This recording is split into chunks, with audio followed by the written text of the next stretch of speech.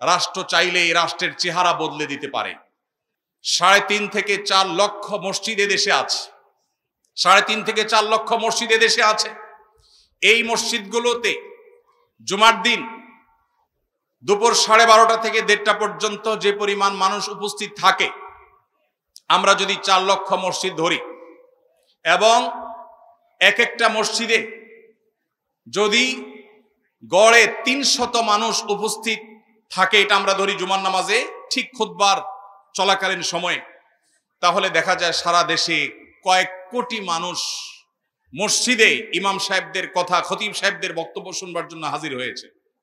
স্বপ্রণোদিতভাবে সমস্ত মিডিয়া একযোগে পিক টাইমে যে পরিমাণ দর্শক পায়, সেই দর্শকের সংখ্যার চাইতে বহুগুণ বেশি হবে এই সংখ্যা, যেটা ওলামা একরামের কথা শুনবার জন্য মানুষ সপ্তাহের সবচাইতে সেরা টাইমটা, সবচাইতে ফ্রেশ টাইমটা জুমার দিনে ভালো করে একটা ঘুম দিয়ে ফ্রেশ মোডে সবচেয়ে ভালোভাবে একটা গোসল দিয়ে উত্তম পোশাক পরিধান করে সুগন্ধি মাখিয়ে সবচাইতে ফ্রেশ মোডে ওলামা একরামের সামনে এসে বসে থাকে মানুষ কথা শুনবার জন্য। ভাইরা আমার, এই মসজিদগুলো, এগুলোকে যদি রাষ্ট্র ওন করত, এগুলোকে রাষ্ট্র যদি নিজের বলে গ্রহণ করত এবং পৃষ্ঠপোষকতা দিত, সঠিক ব্যবহার করবার চেষ্টা করত, তাহলে এই জাতিকে সঠিক মেসেজ দেওয়ার জন্য, যথাযথ বার্তা পৌঁছাবার জন্য, সংশোধন করবার জন্য, বহুবিধ সামাজিক কার্যক্রম পরিচালনা করবার জন্য এই মসজিদগুলো সবচাইতে বড় ভূমিকা রাখতে পারত। অথচ দুর্ভাগ্য, ইমাম সাহেব, খতিব সাহেবরা, মুয়াজ্জিন সাহেবরা, মসজিদগুলো সবচাইতে অবহেলিত এই দেশে। প্রিয় ভাইরা আমার, এই দেশে যে সমস্ত প্রাকৃতিক দুর্যোগ হয়ে থাকে, আমরা আমাদের আসুন্নাহ ফাউন্ডেশনের বিভিন্ন কার্যক্রম পরিচালনা করবার মধ্য দিয়ে আমাদের যে অভিজ্ঞতাটুকু হয়েছে, তার আলোকে আমরা বলতে পারি সবচাইতে বেশি দুর্যোগে মোকাবেলায় মসজিদগুলো আমাদের সবচাইতে বেশি সহায়ক ভূমিকায় আসে। কারণ মসজিদগুলোতে ইমাম খতিব সাহেবরা এলাকা মানুষকে অনুপ্রাণিত করে অন্যের কষ্ট দূর করবার জন্য তাদেরকে বের করে দেয়, মানুষকে উৎসাহিত করে, মানুষকে তার সর্বস্ব ত্যাগ করবার জন্য শিক্ষা দিয়ে থাকে। এটা মসজিদগুলো থেকে হয়।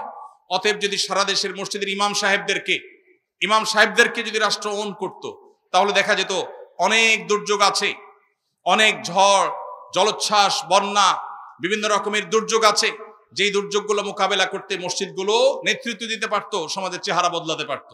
আমরা পরিবেশ দূষণের শিকার, আমাদের কর্মকাণ্ডের কারণে, নানা ভুল পদক্ষেপের কারণে আজ আমরা পরিবেশ দূষণের শিকার। আপনারা দেখেছেন বিভিন্ন সময় পরিবেশ সেক্টরে যে পরিমাণ বাজেট আছে, সেখানে হরিলুট সবচেয়ে বেশি হচ্ছে।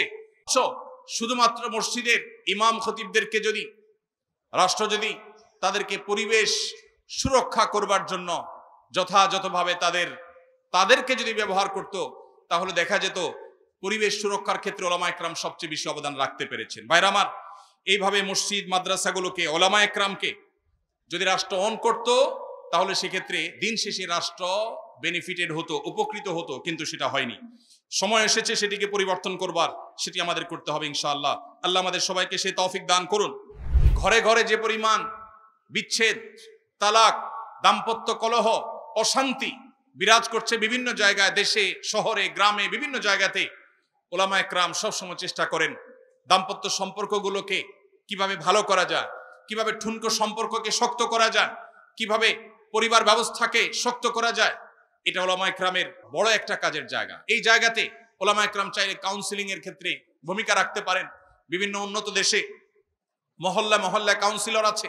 আজ যে পরিমাণ দিন থেকে দূরে সরার ফলে, কোরআন এবং হাদিস থেকে দূরে সরে যাওয়ার কারণে আমাদের মধ্যে ডিপ্রেশন, ফ্রাস্ট্রেশন, যে পরিমাণ আমাদের মধ্যে হতাশা, বিষণ্ণতা এগুলো বাড়ছে, যে পরিমাণ আত্মহত্যা করার প্রবণতা বাড়ছে, বিশেষ করে তরুণদের মধ্যেও, ওলামা একরামকে যদি কাউন্সিলিং এর জন্য যোগ্য করে তোলা হতো, তাদেরকে যদি এর জন্য দায়িত্ব দেওয়া হতো, তাদের মাধ্যমে যদি সমাজকে এভাবে উপকৃত হওয়ার সুযোগ করে দেওয়া হতো, আমার বিশ্বাস তাহলে সেক্ষেত্রে দিন শেষে এদেশে মানুষ উপকৃত হতো।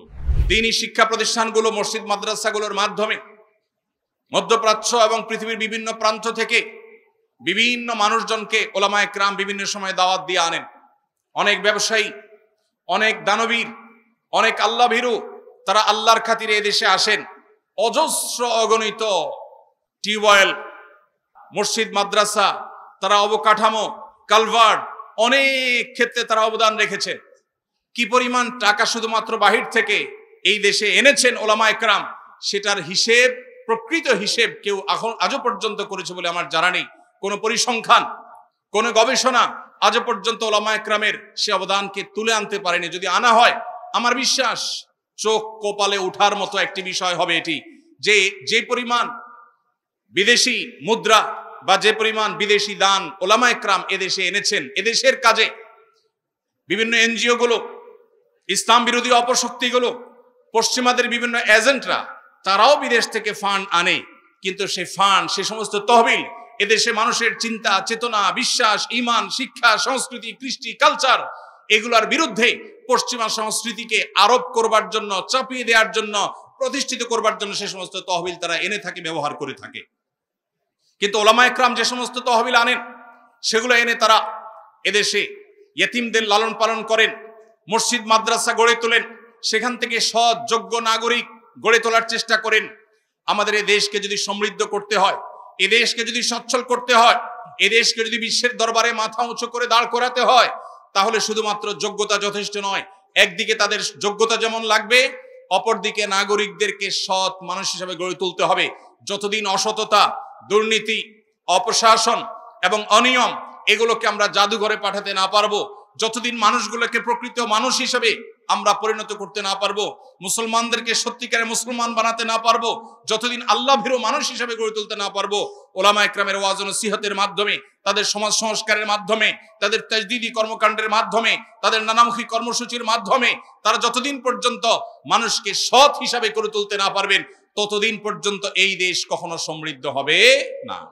প্রিয় ভাইরা আমার, এই জন্য ওলামায়ে কেরামের এই সমস্ত অবদানকে স্বীকার করতে হবে, আমরা সেগুলোকে শ্রদ্ধা ভরে স্বীকৃতি দিতে হবে, কৃতজ্ঞতা জানাতে হবে।